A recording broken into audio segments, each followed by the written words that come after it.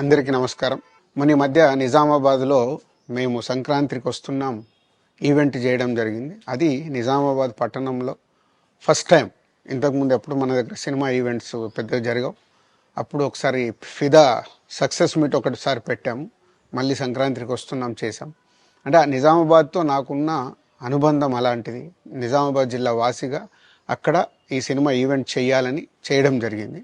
పోతే ఆ ఈవెంట్లో నేను మన కల్చర్లో ఉండే మన దావత్ గురించి, మటను తెలగలు గురించి సంబోధించాను. నేను ఆ మాటలలో తెలంగాణ వాళ్ళని నేను అవమానించానని, తెలంగాణ మీద హేళన చేశానని కొంతమంది మిత్రులు కామెంట్స్ చేసి సోషల్ మీడియాలో పెట్టారని తెలిసింది. నా ఉద్దేశం అదే స్పీచ్లో లాస్ట్లో చెప్పడం జరిగింది. తెలంగాణ మన కల్చరు, మన దావత్తు నేను మిస్ అవుతున్నాను. సంక్రాంతికి 2 సినిమాలు రిలీజ్ అయ్యాక మన తెలంగాణ కల్చర్ దావత్ని నాకు చేసుకోవాలని ఉందని. సో మన కల్చర్ని అభిమానిస్తాను నేను. అదే అర్థం చేసుకోకుండా దాన్ని కొందరు సోషల్ మీడియాలో రాద్ధాంతం చేస్తున్నారని తెలిసింది. నిజంగా మీరందరూ ఆ మాట వల్ల ఏదైనా హర్ట్ అయి ఉంటే నన్ను క్షమించండి. ఎందుకంటే నా ఉద్దేశం అది కాదు. ఎందుకు చెప్తున్నానంటే, నేను నిజామాబాద్ జిల్లా బాన్సువాడలో ఫిదా అనే సినిమా షూటింగ్ చేసి ప్రపంచవ్యాప్తంగా ఆ ఫిదా సినిమా ఎంత అప్లాజ్ వచ్చింది, భానుమతి క్యారెక్టర్కి, మన తెలంగాణలో ఉండే కల్చర్కి, ఆ సినిమా ఎంత ఒక ఫ్యామిలీ ఎమోషన్స్కి ఎంత విలువ ఇస్తామనేది చెప్పడం జరిగింది ఆ సినిమాలో. అది ప్రపంచవ్యాప్తంగా ఫిదా సినిమా ఎంత పెద్ద హిట్ అయిందో మీ అందరికీ తెలుసు. అలాగే బలగం అనే సినిమా తీసినప్పుడు తెలంగాణ సమాజం మొత్తం మమ్మల్ని అభినందించింది. తెలంగాణ ప్రజలందరూ ఆ సినిమాను ఆదరించి ఇది మా సినిమా అని గుండెలకు హత్తుకున్నారు. అన్ని రాజకీయ పార్టీలు ఆ సినిమాని అప్రిషియేట్ చేస్తూ మమ్మల్ని ప్రతి ఒక్క స్టేజ్ దగ్గర తీసుకెళ్ళి అభినందించారు, అన్ని రాజకీయ పార్టీలు. సో ఒక తెలంగాణ వాసిగా ఒక తెలంగాణని అభిమానించే నేను తెలంగాణని హేళన చేస్తానని ఎలా అనుకున్నారో నాకు తెలియదు.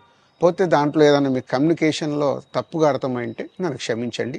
మీ మనోభావాలు ఆ కొందరు ఎవరైతే దెబ్బతిన్నాయని అనుకుంటున్నారో వాళ్ళందరికీ నా విజ్ఞప్తి, మీ మనోభావాలు దెబ్బతింటే నన్ను క్షమించండి.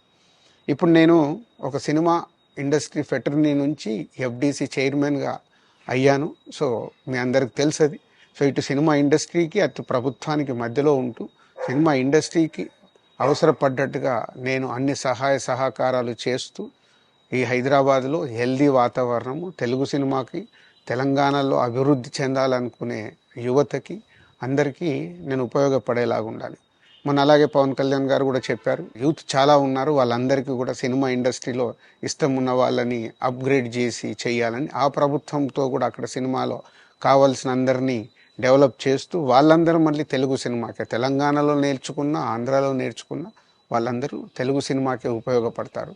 సో అందరికీ, తెలంగాణలో ఉండే అన్ని రాజకీయ పార్టీలకి నా విజ్ఞప్తి, నన్ను రాజకీయాల్లోకి లాగకండి. అలాగే ఎఫ్డిసి అనేది కూడా సినిమాకి ఉపయోగపడేలాంటి అభివృద్ధి పనుల గురించి అవే చేస్తాను తప్పితే అది రాజకీయాలకు సంబంధించింది కాదు.